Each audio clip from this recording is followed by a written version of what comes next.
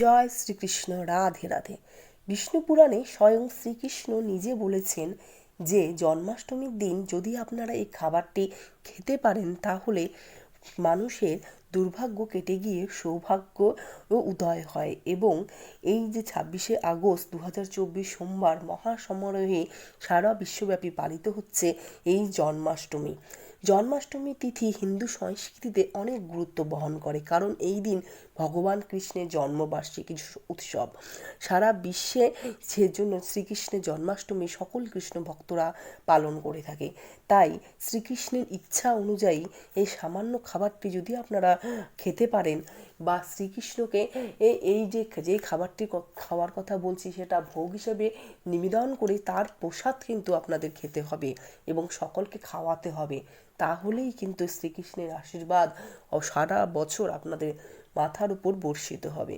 তো পুরো ভিডিওটি আপনাদের মন দিয়ে এবং শ্রদ্ধা ও ভক্তি সহকারে শ্রীকৃষ্ণকে স্মরণ করে এই পুরো ভিডিওটি শুনতে হবে এবং ভিডিও শেষে অবশ্যই একটি লাইক এবং কমেন্ট বক্সে লিখবেন জয় শ্রীকৃষ্ণ এবং কাছের বন্ধুদের এই রূপা ক্রিয়েশনস চ্যানেলটি অবশ্যই শেয়ার করে দিবেন। তাই ভিডিওর মূল পর্বে প্রবেশ করার আগে রূপা ক্রিয়েশনসকে সকল কৃষ্ণ ভক্তদের স্বাগত জানিয়ে আজকের ভিডিও শুরু করছি। কৃষ্ণ জন্মাষ্টমী দিনটি হিন্দু ধর্মে শুভ বলে মনে করা হয়। এই দিন নিষ্ঠা ভরে গোপালের পুজো করলে মনের সমস্ত ইচ্ছে পূরণ হয়। তাই 26শে আগস্ট সোমবার পালিত হচ্ছে শ্রীকৃষ্ণের জন্মাষ্টমী। ভাদ্র মাসের সবথেকে পবিত্রতম ও জনপ্রিয় উৎসব হচ্ছে এই জন্মাষ্টমী তিথি।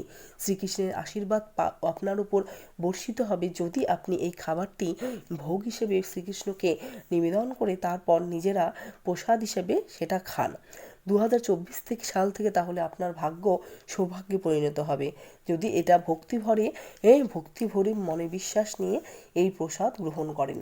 হিন্দু ধর্মে ভগবান শ্রীকৃষ্ণের জন্মোৎসব মহা ধুমধাম করে পালিত হয়। হিন্দু পঞ্জিকা অনুসারে ভগবান শ্রীকৃষ্ণকে উৎসর্গ করা হয় এই দিনটি। এই পবিত্র উৎসবটি প্রতি বছর ভাদ্রপদ মাসের কৃষ্ণপক্ষের অষ্টমী তিথিতে রোহিণী নক্ষত্রে পালিত হয়। এই দিনে ভগবান শ্রীকৃষ্ণের পুজো পালন করে কৃষ্ণ ভক্তরা। এই দিন ভজন করে সারা দিন। জন্মাষ্টমীর দিন দেশের সকল কৃষ্ণ মন্দির ফুল ও আলোয় সেজে ওঠে। অনেকে বাড়িতে গোপালের পুজোর আয়োজন করে থাকে। বাল গোপালকে সুন্দর করে সাজানো হয় এই দিন। তাই যেই খাবারটির কথা বললাম সেটা বাল গোপালকে তৈরি করে দিতে হবে, যে খাবারের কথা আমি এই ভিডিওতেই বলবো। আর যারা জন্মাষ্টমী ব্রত পালন করতে পারছেন না কোনো কারণবশত, তারাও কিন্তু প্রসাদ হিসাবে যদি এই খাবার কোথাও পান কাছের বন্ধুদের থেকে বা আত্মীয় স্বজন থেকে, তাহলে অবশ্যই গ্রহণ করতে পারবেন। তাই এই 26শে আগস্ট জন্মাষ্টমীর দিন কি কি কাজ করবেন, যে সমস্ত কাজগুলো করলে শ্রীকৃষ্ণের আশীর্বাদ পাবেন। প্রথমে জানাবো জন্মাষ্টমীর শুভ সময়। 26শে আগস্ট ব্রত পালনের শুভ সময় হলো মধ্যরাত্রি, কারণ আমরা জানি শ্রীকৃষ্ণের জন্ম মধ্যরাতে হয়েছিল। তাই রাত 12টা থেকে 12টা 45 মিনিটের মধ্যে যদি জন্মাষ্টমীর পুজো শেষ করতে পারেন তাহলে ভালো। এর ফলে আপনারা পুজো খুব সুন্দরভাবে সুসম্পন্ন হবে, শ্রীকৃষ্ণের আশীর্বাদ ধন্য হবেন। জন্মাষ্টমীর দিন সকাল থেকে রাত পর্যন্ত যে যে কাজগুলি করতে হবে তা হলো, এই জন্মাষ্টমীর দিন খুব সকালে স্নান করতে হবে, কারণ খুব সকাল অর্থাৎ ব্রহ্ম মুহূর্ত, এই মুহূর্তেই কিন্তু পৃথিবী যে সৃষ্টি হয়েছে তার সৃষ্টিকর্তারা বিরাজমান থাকে। তাই এই দিন ব্রহ্ম মুহূর্তে উঠে গঙ্গা স্নান করতে হবে। স্নানের জল একটু গঙ্গা জল মিশিয়ে স্নান করতে হবে। তার আগে বাড়িঘর সমস্ত পরিষ্কার করে নিতে হবে এবং শুদ্ধ বস্ত্র পরতে হবে। তারপর গোপালের যে মন্দির আছে বাড়িতে, সেই মন্দির, সেই সিংহাসন, গোপাল ঠাকুর ঘর সুন্দর করে গঙ্গাল জল দিয়ে মুছে নিতে হবে এবং কোনো নোংরা যেন সেই ঘরে না থাকে। তারপর গোপালের পুজো করবেন। বাল গোপালকে গঙ্গা জল দিয়ে স্নান করাবেন, চন্দনের টিপ পরাবেন এবং হলুদ বস্ত্র পরাবেন, কারণ হলুদ রং গোপাল বা শ্রীকৃষ্ণের খুবই প্রিয়, এবং ফুল দিয়ে সুন্দর করে সাজিয়ে দিবেন। শ্রীকৃষ্ণের পুজোয় মাখন মিষ্টি কিন্তু দিতে হবে, কারণ মাখন হচ্ছে শ্রীকৃষ্ণ বাল গোপাল খুবই পছন্দের বিষয়, কারণ শৈশবে মাখনই চুরি করেছিল শ্রীকৃষ্ণ। তাই মাখন ভোগ সকালে বালগোপালকে দিতে হবে। কানে দুল, হাতে বাঁশি এবং সুন্দর নতুন বস্ত্র পরাতে হবে হলুদ রঙের। ময়ূরের পালক দিবেন অবশ্যই বালগোপালকে, এবং গোপালকে সাজিয়ে সুন্দর করে ভোগ নিবেদন করে দোলনায় দোলান। এই দিন গরিব দুস্থদের খাদ্য দান করতে পারেন। আর এই দিন অবশ্যই নির্জলা উপবাস থাকলে ভালো হয়। আর আগের দিন কিন্তু নিরামিষ খাবার খাবেন। রাত 12টার আগে খেয়ে মুখ ধুয়ে নিতে হবে। জন্মাষ্টমীর দিন চুল কাটা বা কোনো নখ কাটা এই সমস্ত কাজ করা যাবে না। এদিন সবসময় হরিনাম কীর্তন, হরিনাম জপ, নাম সংকীর্তন, শ্রীকৃষ্ণের লীলা শ্রবণ করতে হবে।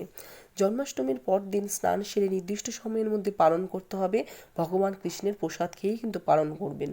জন্মাষ্টমীর দিন কিন্তু ভাত খাবেন না, যবের তৈরি কোনো খাদ্যও খাবেন না। এই দিন কাউকে কষ্ট দিবেন না। হ্যাঁ, এই দিন বড়দের সম্মান জানিয়ে ছোটদের ভালোবাসা দিয়ে পুরো দিনটি হরিনাম সংকীর্তন করে কাটাতে হবে, কারণ এই দিন স্বয়ং শ্রীকৃষ্ণের জন্মদিন। তাই এবার জানবো জন্মাষ্টমীর দিন কোন খাবারটি খেলে শ্রীকৃষ্ণের আশীর্বাদ আপনার উপর সারা বছর বর্ষিত থাকবে। আসলে যেটি বলতে যাচ্ছি সেটি হলো ভগবান শ্রীকৃষ্ণকে তার প্রিয় ভোগ নিবেদন করার কথা বলছি, তার ভোগ নিবেদন করে সেই প্রসাদ খাবার কথা বলছি। তো কোন কোন খাবারগুলি ভোগ হিসেবে নিবেদন করবেন শ্রীকৃষ্ণকে সম্মান জানিয়ে, সেগুলো হলো, প্রথমে যে খাবারটির কথা নিবেদন করবেন সেটি হলো মাখন। প্রথমে এর আগেই বললাম যে আমি শ্রীকৃষ্ণ শৈশবে মাখন চুরি করে খেয়েছিল, তাই এই মাখন কিন্তু শ্রীকৃষ্ণকে সকালবেলায় দিতেই হবে। তারপর দুপুরে তারপর রাতে যখন পুজো করবেন তখন দিবেন মালপোয়া, চিনির শিরায় চোবানো সোনালি রঙের এই মালপোয়া ভোগ হিসেবে নিবেদন করবেন, কারণ মালপোয়াও খুব পছন্দের খাবার শ্রীকৃষ্ণের। এবার দিবেন ক্ষীর নিবেদন করবেন। তারপর তালের বড়া, কারণ ভাদ্র মাসে এই তাল পাকার সময়ই কিন্তু শ্রীকৃষ্ণের জন্ম হয়েছিল, তাই এই তালের বড়া দিতে কিন্তু হবেই শ্রীকৃষ্ণকে।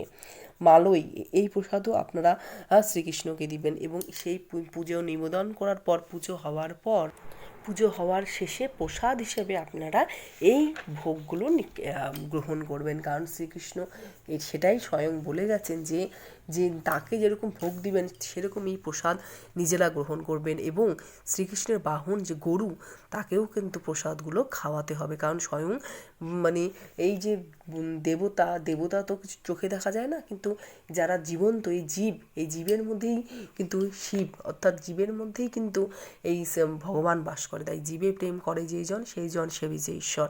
এই কথা মনে রেখে জীবকে সেবা করতে হবে, গরিব দুস্থদের দান করতে হবে, সকলকে খাবার গ্রহণ করতে হবে। নমস্কার, আজকের ভিডিও এখানেই আমি শেষ করছি। আশা করছি ভিডিওটি দেখে সমৃদ্ধ লাভ করলেন, এবং পুরো ভিডিওটি দেখার পর অবশ্যই একটি লাইক করবেন এবং কমেন্ট বক্সে লিখবেন জয় শ্রীকৃষ্ণ, এবং কাছের বন্ধুদের অবশ্যই রূপা ক্রিয়েশনস চ্যানেলটি শেয়ার করে দিবেন। তাই সকলে মিলে জন্মাষ্টমী ব্রত পালন করুন, শ্রীকৃষ্ণের পছন্দের খাবারগুলি ভোগ হিসেবে নিবেদন করুন এবং সেই প্রসাদ গ্রহণ করুন, এবং সারা বছর সুস্থভাবে জীবনযাপন করুন। নমস্কার, আজকের ভিডিও এখানেই শেষ করছি।